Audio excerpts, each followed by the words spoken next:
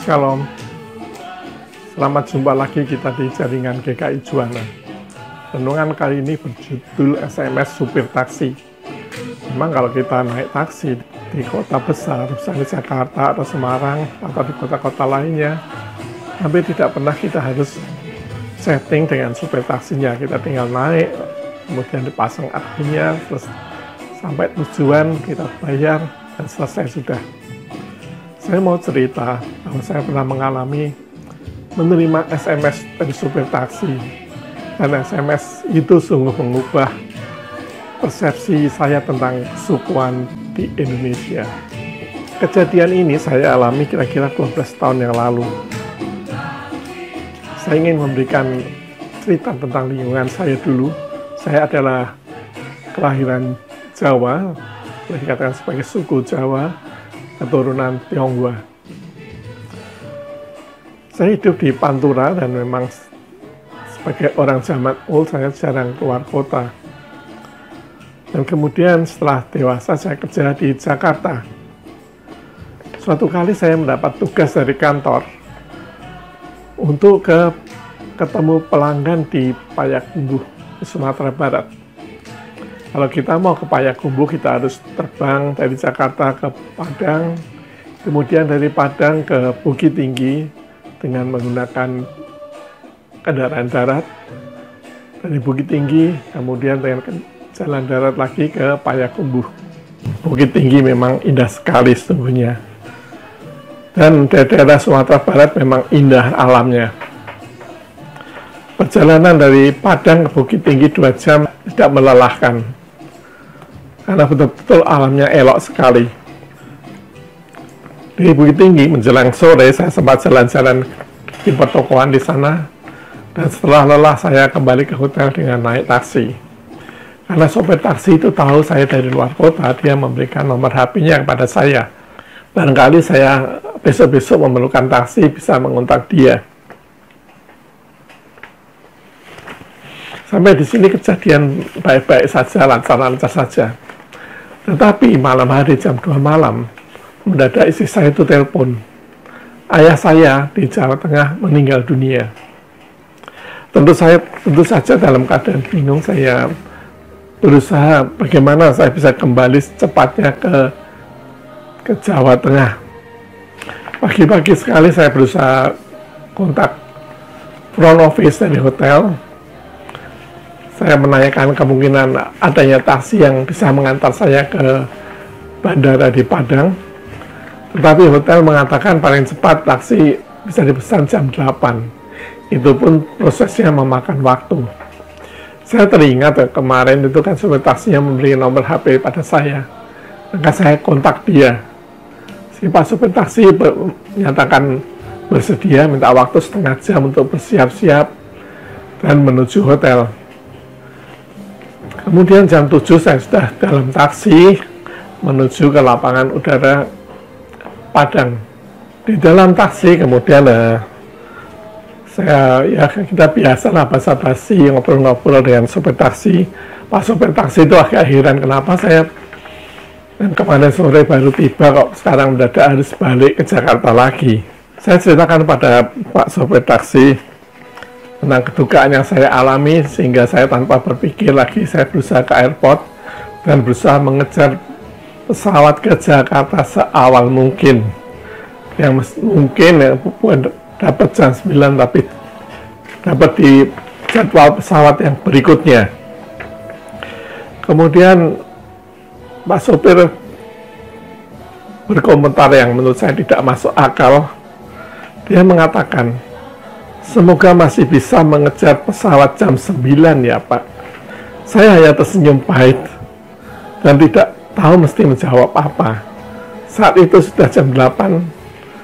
Kalau kita mau naik pesawat jam 9, paling tidak jam 8 kita sudah harus check-in.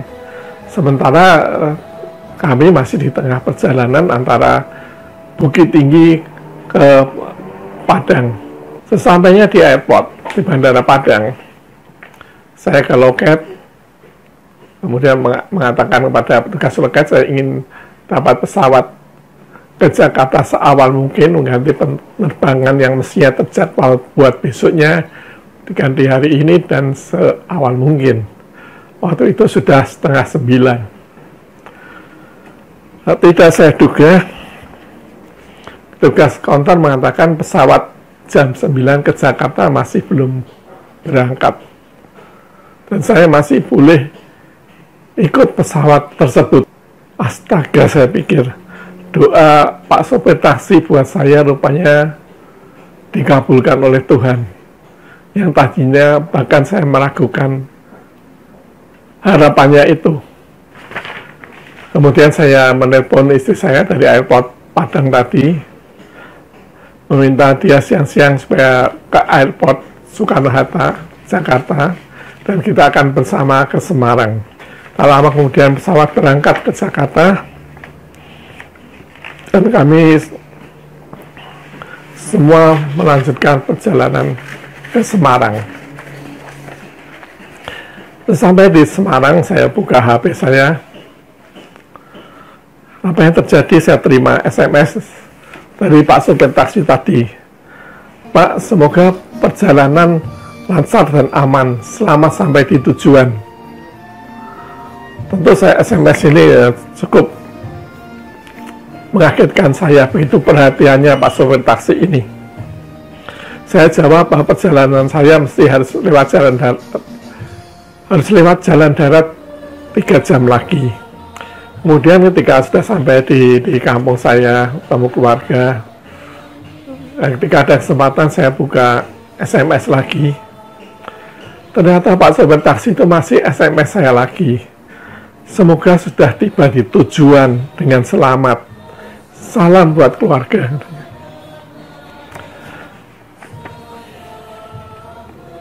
Sejenak saya tertegun dan agak terharu. Ini seolah SMS dari seorang sahabat yang sangat perhatian pada saya.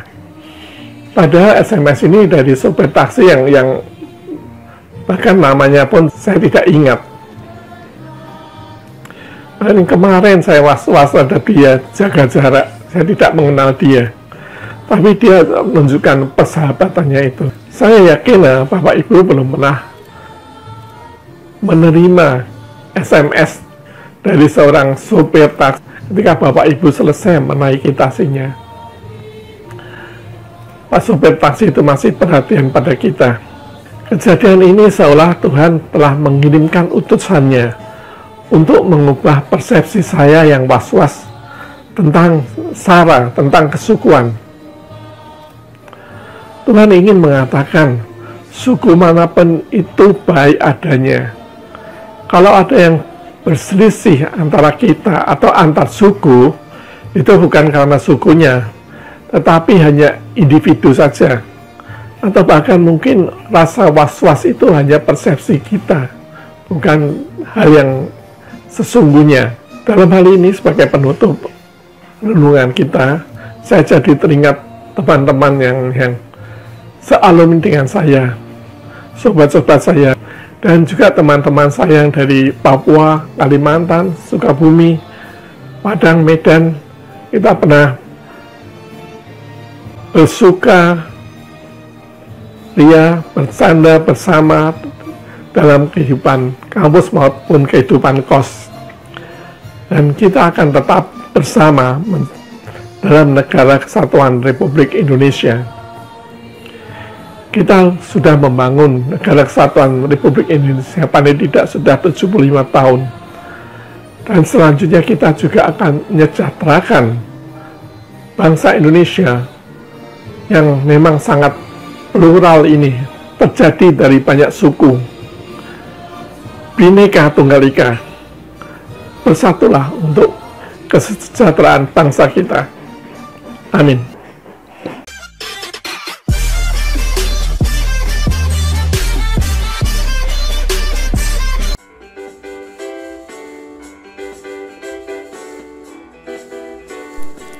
Hai sahabat GKI Juwana, mohon subscribe channel GKI Juwana ini ya, untuk mendukung kegiatan persekutuan, kesaksian, pelayanan GKI Juwana. Let's go!